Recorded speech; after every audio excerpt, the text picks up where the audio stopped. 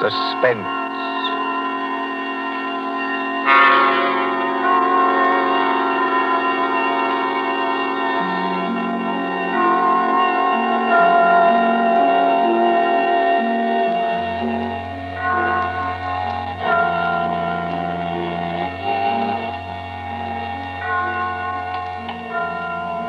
Now let's see.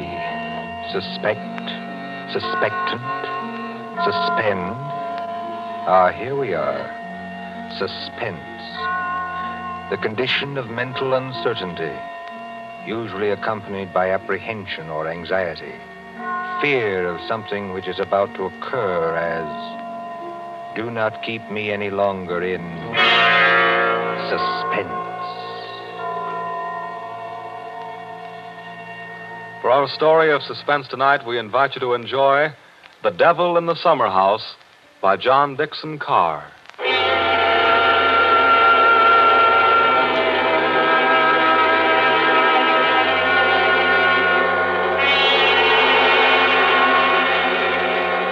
Somewhere along the Hudson, perhaps not far from Tarrytown, there is a modest house in its own grounds. Behind it, in a spacious garden, stands a summer house of evil memory. More than 25 years ago, a man shot himself, or at least died, in that summer house. They found Major Kenyon with a scorched bullet hole in his head and the weapon beside him. But we are in the present now. The latticed summer house has grown heavy with vines, and only the other evening 2 men came into that garden at twilight, over the shaggy grass, as a storm was brewing along the Hudson. 2 men, the lawyer from New York. Who's there? And Captain Burke of the homicide squad. Easy, my friend, easy. I was just going to ask you the same thing. My name is Parker. I'm an attorney. You're not Captain Burke. Yeah, the very same and no other. I thought I recognized you, Mr. Parker. Must be something important to bring you so far from New York at this time of night. I was in Tarrytown anyway. I thought there'd be a housekeeper here, but I don't see any lights. You've got business here? Yes, in a way. Have you? I don't know. I'll tell you better after you tell me what brought you to a place that no one has lived in for 10 years. Tell me, Captain. Did you ever get an anonymous letter from a dead man? Did you? No, I can't say I did. The letter's anonymous. How do you know the man's dead? Because they're all dead. Every last one of them. Dead and under the ground, where they can't be hurt any longer. Look. There's the summer house where Jerry Kenyon used to work. There are the windows of the library and the dining room. Looking toward it. Confound this lightning. Makes the windows blaze, don't it? Jerry Kenyon hadn't a care in the world. Yet he shot himself. I'll show you the letter. Now, look, Mr. Parker, I couldn't read anything in this light. But if we can get inside the house Certainly we can get into the house. I was the family attorney. I've got the keys. Why should a dead person send me a letter?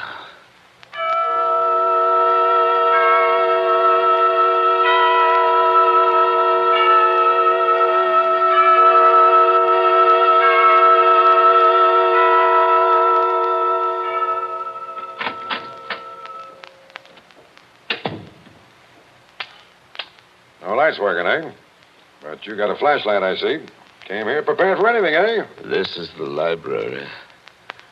There were always candles on the mantel. Yes, there they are. Have you a match, Captain? Yes, I'll light them. That's better. Same old heavy furniture. Same old thick carpet. Same old globe map. Now, Mr. Parker, this letter that you were talking about. Yeah. Read it. Hey, wait a minute. This thing is dated November 2nd, 1918. That's right, and be careful of that paper. You see how old it is? But it was mailed yesterday. From where? I don't remember. I didn't keep the envelope. Read it. Dear Joe. In case you didn't know it, I'm Joe. Dear Joe, if you want to know how Major Kenyon really died... But we know how he died. It was suicide. Are you sure it was? Whoever wrote this letter doesn't seem to think so. If you want to know how Major Kenyon really died, look in the third drawer of the desk in the library. Press hard at the back of the drawer. Yours very truly. It's not signed. That's right. Now, you're sure you don't know who wrote that letter? This is the first time I've been back in this room, Captain. It was almost a home to me once. There's the chair where Isabel sat on the afternoon it happened. Isabel was Jerry Kenyon's wife. Beautiful woman. There's the door that the maid let me in by that afternoon. You know, Captain, seems to me they're all here tonight. Who? We stand beneath the sounding rafter, and the walls around us are bare as they echo our peals of laughter. It seems that the dead are there. Yet we stand to our glasses steady. You know it? I was in my school reader. How does the rest of it go? Yet we stand to our glasses steady and drink to our comrades' eyes. Here's a glass to the dead already. Hurrah for the next that dies. Excuse me, Captain. I don't know what's come over me talking that way. I was very fond of these people. Are you going to look in the desk drawer? This is a lot of nonsense. Then why are you here, Mr. Parker? Jerry Kenyon was always a happy man. At least that's what I always thought. Big, boisterous fellow. Yeah? He had a good position with Vitaturn. You know, the phonograph company. Yeah, sure, I know. But he'd just been made a major in the Army. 1917. There was a war on then, too, if you remember. I remember. To make the world safe for democracy. Old days. Old heartaches. Old memories. I remember that blazing hot day in August when all the windows were up. I remember this room. And Isabel, that was Jerry's wife, sitting in that chair, knitting. I remember...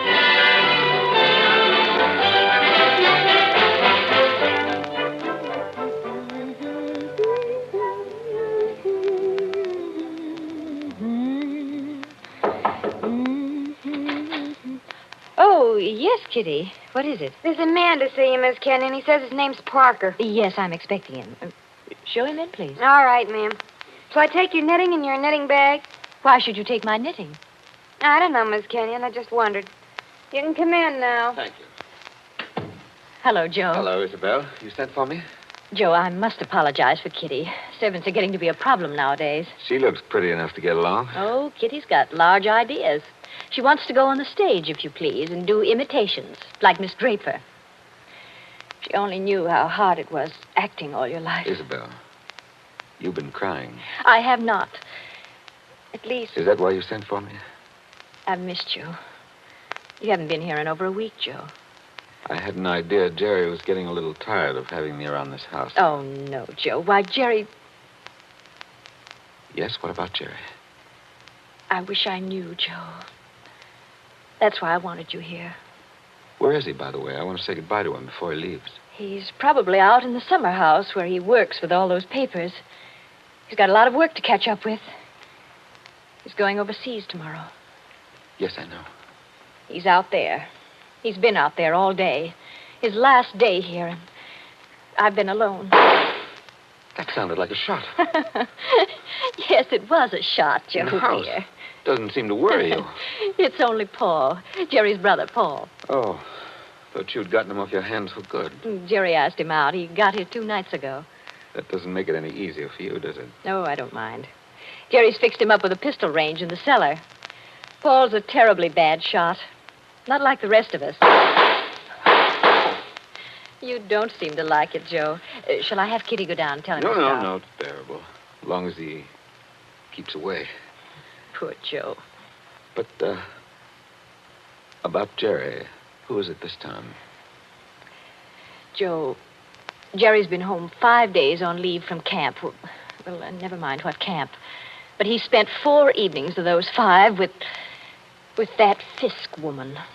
Diane Fisk? The redhead with all the money? Oh, she got money? Well. She must have some attraction then. Please understand me, Joe. It's not that I'm jealous any longer. It's just No, that of course not. Jerry goes his way and I go mine. I may not be without admirers myself, if it comes to that. You've no idea how true that is, Isabel. No, I was thinking about Jerry. He may not always be lucky. He may meet some girl who's not as broad-minded as I am. And then when he gives her the go-by... Paul must be getting really furious down in that cell. He's not hitting anything. He must be using a lot of ammunition. Now, your trouble, Joe, is that you're too much of a gentleman. And if you really want to see Jerry, there he is now. Where? Just standing in the door of the summer house. Look out the window. Infernally bright out there. Doesn't he look noble in his new uniform? Sam Brown belt and revolver and everything. Look how he turns around and waves his cap at us. Like a real soldier. Real soldiers don't exactly wave their caps, do they? He does. Jerry! Jerry! Hello there! Jerry, Joe Parker's here. Who? Joe Parker. He wants to see you. Well, give him a drink or something. I'll be up in a minute. Into the summer house again. Not a care in the world, have Now, you? listen, Isabel, you've got to slow down. You'll be crying again in a minute. Come on over here and sit down. The light hurts my eyes, that's all. Well, then we'll just pull these blinds. We'll still be able to see it. There, how's that? It's better, thanks. Now, can I get you anything? Oh, no, you heard the Great White Chief's orders. I'm to get you something. What do you have, Joe? A highball? Don't bother with that. Oh, it's no bother. Everything's out in the dining room here. The iceman didn't deliver today of all days, so I'm afraid I can't give you any ice. I read in the paper yesterday that we're likely to have automatic ice boxes any day now. Things that freeze ice by electricity or something. Do you believe that, Joe? I doubt it. Listen, Isabel. Here you are. It's not cold at all. It's the best I could do. Thanks very much. What I wanted to say was, couldn't you get that brother of yours to give up practicing now? Hasn't he done his good deed for the day? Yes, maybe he has. I'll ring for Kitty. You don't have to call me, Miss Kenyon. I'm here. Oh, yes, Kitty. What is it? It's only to tell you there's another visitor. This time it's a woman. Lady, Kitty. Call her a lady, please. Oh, maybe. She says her name's Diane Fisk. Diane Fisk, that's Jerry. Kitty, tell the lady I'm not in. Lady. She's a fine lady. I don't want to intrude, my dear. I don't want to intrude. Anyway, it's too late, Miss Kenyon. She's coming down the hall now. My dear Mrs. Kenyon. How do you do, Diane? This is a friend of ours, Miss Fisk, Mr. Parker. Oh, now, I don't want to intrude, really, I don't. I wouldn't have intruded for worlds, especially on a day like this. Isn't it awful? But your husband simply insisted, my dear Mrs. Kenyon. He simply wouldn't take no for an answer. I'm sure he wouldn't. Do you know what he's brought from his office as a surprise? No. A phonograph recording machine. He's going to let us use it. So that we can all hear ourselves talk twice. How nice. Heaven's name, can't somebody stop that firing? Don't fly off the handle. Take it easy now. Kitty. Yes, ma'am. Would you please go down the cellar and tell Mr. Kenyon's brother he's driving us all crazy. Tell him to stop. Yes, ma'am. My dear Mrs. Kenyon, I do hope I haven't offended you in any way. I know I'm a silly little chatterbox. They say people who have red hair often are. Because at your age, you must find the heat very trying. Don't you think we'd all better sit down? I was very much interested in what Miss Fisk said about a phonograph recording machine. Mrs. Kenyon was just talking about a machine to make ice. Yes. Isn't science wonderful? But I do think it was mean of Major Kenyon to invite me out here and then go and fall asleep in the summer house. Did you say fall asleep? Yes, of course. How did you know? Well, I came up the back way and I saw him in the summer house with his head forward on the table, taking a nice little snooze. That's very queer. Of course, you couldn't see much except in the bright light of the door, but I think I saw him there. I didn't disturb him, naturally. But I think I'd better disturb him. Oh, now, please don't trouble on my account. The fact is, my dear, I don't altogether trust myself in this room. A woman of my age has to conserve her strength, you know. So if you'll just excuse me. Well, of course, if you... Oh, dear, I just can't think what I'm always saying because I have the best intentions in the world, Mr. Barker. But, Parker. Oh, yes, Parker, but I do somehow manage to offend people being so dependent and everything. Except the men, of course. I couldn't offend you, Mr. Parker. Now, could I? Madam, I'm not sure. Well, of course, the person I really came to see was Paul, Mr. Kenyon's brother. He's a little young, of course, but he's joining up next month, and I think we should all do our bit, don't you? He has such a pleasant personality. I think he likes me. Why, if he walked in at that door this minute... Now, how am I ever going to get any place? Someone's always interrupting my revolver practice just when I'm getting to the point where I can... Oh. Why, Paul... Good Lord, are you here again? You're a very untidy object, Paul. Well, it's pretty untidy in this cellar. And dirty.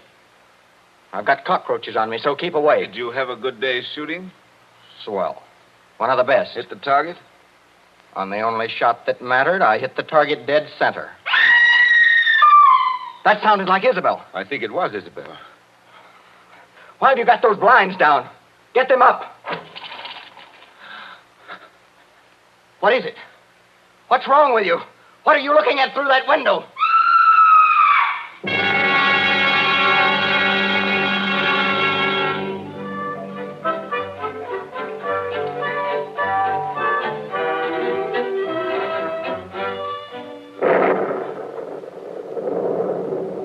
That was 25 years ago, Captain Burke.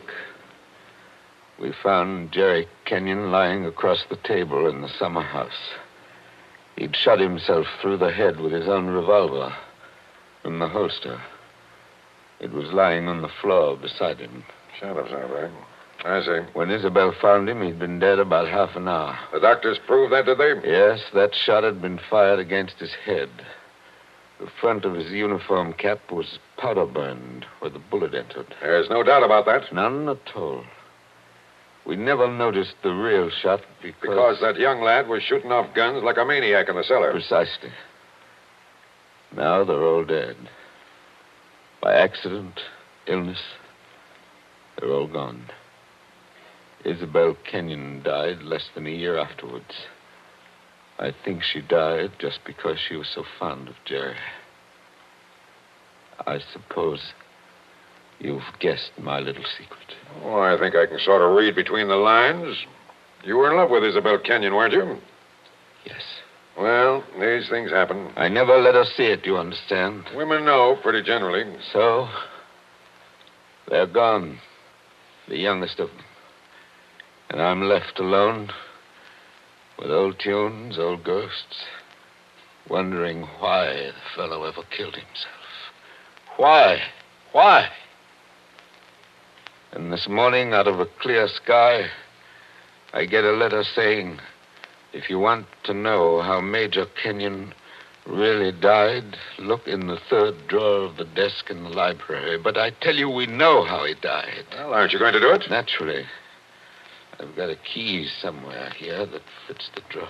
Now, listen, Mr. Parker. In my father's country, in Ireland, they got a saying that when a man's going to commit suicide... I thought of doing that, too. Then the devil comes in and takes him by the hand and talks to him.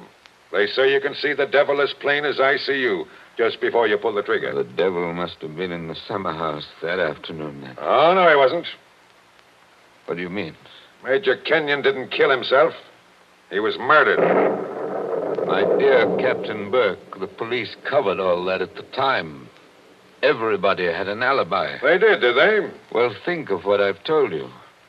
Isabel and I were together all the time. Paul, her brother, was shooting off guns in the cellar. Yeah? Diane Fisk. Yeah, what about her? Her chauffeur who drove her there swore he saw her walk straight up to the place. She passed the summer house, but didn't stop there. Well, that checks. Even Kitty, the maid, could prove she'd never stirred out of the house until just a minute or so before Isabel went herself. Oh, and why did the maid have to leave the house at all? She was taking Jerry the black coffee he drank every afternoon. He'd already been dead half an hour then. And that, my dear Captain, disposes of everybody. Well, now listen, Mr. Parker.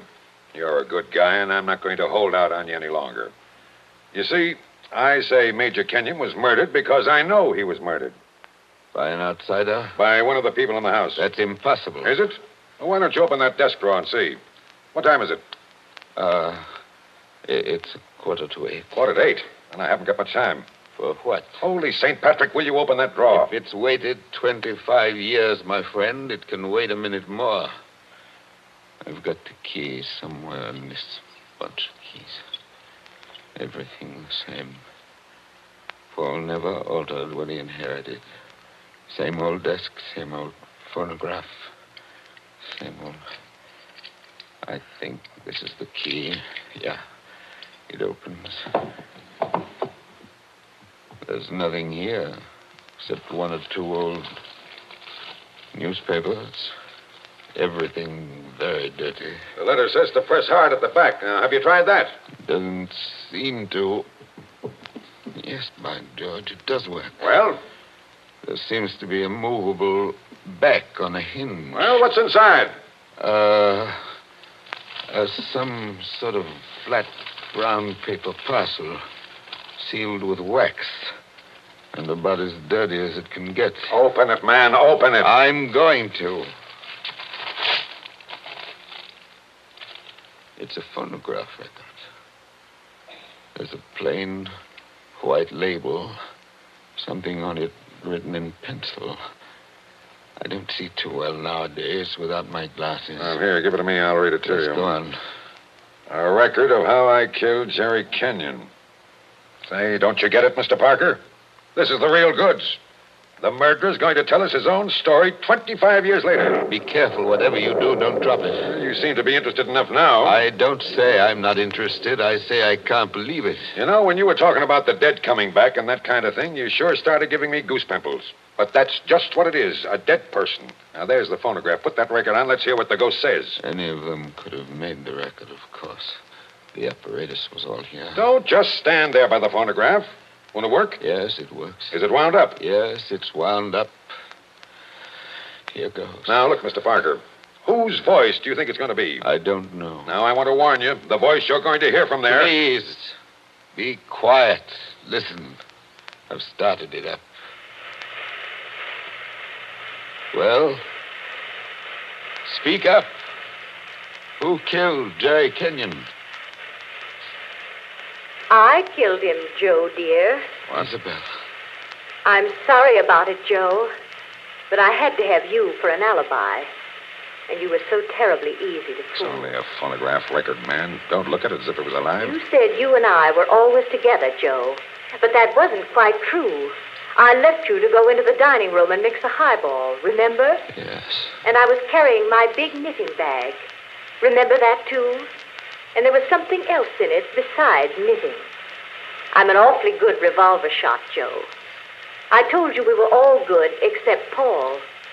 And the back windows of the dining room faced the same way as the back windows of the library. Thank you, Isabel. Thank you. Jerry was in the summer house. I made a sign to him from the window, and he came to the door there. In bright sunlight, 50 feet away. True again, Isabel. True Joe, again. don't you know what August heat is in a wooden summer house? Didn't anybody see that no man would be wearing a cap inside on a day like that? Jerry had taken his cap off before he went into the summer house. We saw him do it. He was bareheaded when he came to the door. So I lifted the revolver and shot him through the head. Then I dropped the gun back in my knitting bag and went back into the library with your drink. Isabel. Don't talk back to the thing, There man. was You'll drive me something else screwy. in my knitting bag, too. I had to use it. It was a duplicate of Jerry's army camp with a powder-burned hole already fired through it in the place I wanted. Very clever of you, Isabel. So I've been the goat for 25 years. I waited for some time and then slipped out to find the body. I fitted the new cap over Jerry's head in place where it ought to go. I put the old cap in my knitting bag. I took his revolver out of the holster and kept it. The gun that I'd used, I dropped on the floor beside him. So I proved it was suicide. You see? You proved it to me. Joe, listen, I'm very sick. They tell me I'm going to die. You are dead. Joe, I'm afraid. I'm going out in the dark, and I don't know what's there. Don't go away, Isabel. Come Joe. on. Just for a minute. Okay, I've had just about enough of this. Joe, I want you to tell everybody about it. I want you to tell them how a poor, crazy woman couldn't stand that man any longer, and how... There. It's cut off, and it's going to stay cut off. Thank you. I've heard about enough, too. But you can't arrest her now, my friend. You can't arrest her now. After hearing that, I'm not going to arrest anybody. Tell me, Captain. Did you know what was on the record? No. That's why I had to hear it. I knew about it, but I wasn't sure what it had to say. But so help me, I never guessed how hard it would hit you. Man, don't you get it even yet? Yes, I get it. Oh, no, you don't. You don't see anything. That was how the fake suicide was managed, yes. That's just how it was all done, bar one or two little things. Only... Only what? Only it wasn't Isabel Kenyon who committed the murder. Did I hear you correctly? You did? This is another one of your little jokes, I imagine. Can't you let me alone? Have you some kind of personal spite against me? What did I ever do? You're going to hear the real truth now if I have to hold you down in that chair. I know Mrs. Kenyon didn't kill her husband because I've just come from talking to the real murderer up the river. But they're all dead. Oh, no, they're not. And I haven't got much time either. That clock's just going to strike 8. What's the time got to do Good with it? deal if you'll follow me. Mrs. Kenyon died less than a year after her husband, didn't she? Yes. But it wasn't Mrs. Kenyon's voice you just heard on that record. What? I'm telling you, the real murderer hated her. Hated her like poison and wanted her blamed for the crime. When Mrs. Kenyon died, the real murderer wrote a letter. Well? But she never mailed that letter. She made a lying record of Isabel Kenyon's voice as evidence. Now you figure it out for yourself. Who was pretty enough to take Major Kenyon's eye and strike back like fury when she got thrown over? Who wanted to go on the stage and do impersonations? Kitty, the maid. Ah, you're talking sense. She shot Jerry from the dining room window. When she couldn't borrow Mrs. Kenyon's knitting bag, she went out to the summer house with a gun and the fake cap wrapped in a napkin on a coffee tray. She did go out, I remember. Actually, she got there before Mrs. Kenyon did. But the summer house was dark inside, and Mrs. Kenyon never noticed her. The next day, Kitty wrote that letter, but she couldn't bring herself to send it. So she kept that letter till the day before yesterday. Then one of the boys at Sing Sing... Wait a minute. Thinking he was doing her a kind action, put a stamp on it and mailed it. Did you say Sing Sing? Yes. They're electrocuting her tonight for the murder of an Italian down at Collier's Hook. I found out about the record, all right. But the one thing I wasn't sure of was that she had done the job alone. Now, frankly, the way you acted, I thought that you might have been in on it, too. Well, that's why I had to hear it through. And it was anything but a joke. And now, here it goes to blazes forever.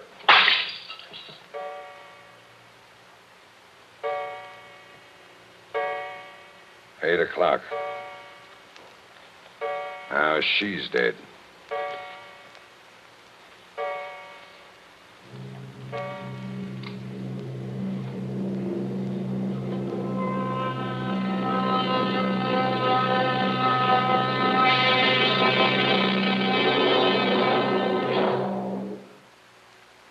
And so ends The Devil in the Summer House. Tonight's story of Suspense.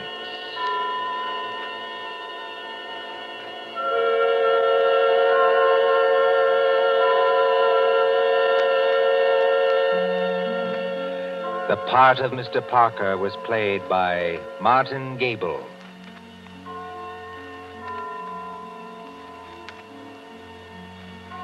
Again next Tuesday at 9:30 p.m. Eastern Wartime.